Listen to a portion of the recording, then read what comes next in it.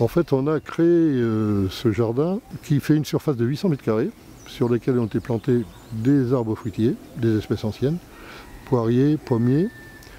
On entretient l'ensemble aujourd'hui, en désherbant les massifs, en coupant les mauvaises herbes, en taillant le bois par exemple pour libérer ce cognacier qui est très très vieux là.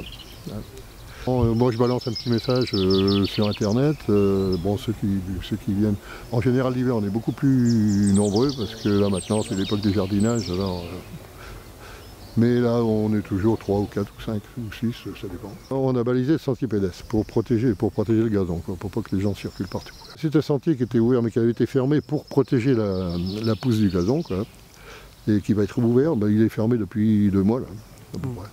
Alors ça fait partie des grands sentiers piétonniers qui circulent tout le long de la Boulogne. Rocherville est très riche en sentiers piétonniers.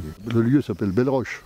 Donc comme vous pouvez voir, on a dégagé toute la roche qui est au pied du château. C'est un lieu symbolique là, pour les Servirois, puisque ce parc, d'abord si on remonte dans le temps, ce lieu était l'habitation du fameux député de la Convention, célèbre Fayot. Après, nous avons eu là, durant 50 ans, la congrégation des pères d'Issoudun, pères missionnaires d'Issoudun.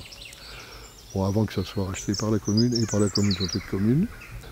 Et en fait, aujourd'hui, tout l'ensemble du parc appartient au Conseil général.